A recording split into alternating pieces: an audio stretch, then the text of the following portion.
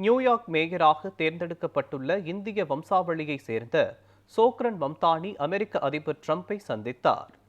அமெரிக்காவின் நியூயார்க் நகர மேயர் தேர்தலில் போட்டியிட்ட ஜனநாயக கட்சி வேட்பாளர் சோக்ரான் மம்தானி கம்யூனிஸ்ட் என்றும், அவர் மேயராக வெற்றி பெற்றால் நியூயார்க் நகரத்திற்கு பொருளாதார ரீதியாக அழிவுகள் என்றும் அதிபர் டிரம்ப் கடுமையாக விமர்சித்தார். எனினும் டிரம்பின் கடும் எதிர்ப்பையும் மீறி நியூயார்க் மேயராக மம்தானி தேர்ந்தெடுக்கப்பட்டுள்ளார். இந்த நிலையில் நியூயார்க் நகர மேயராக தேர்வான மம்தானியை அதிபர் டிரம்ப் சந்தித்தார். வெள்ளை மாளிகையில் இந்த சந்திப்பு நடைபெற்றது.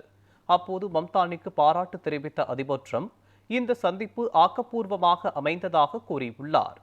நியூயார்க் வளர்ச்சிக்கு தேவையான அனைத்தையும் செய்து தரப்படும் என்றும் அதிபர் டிரம்ப் தெரிவித்துள்ளார்.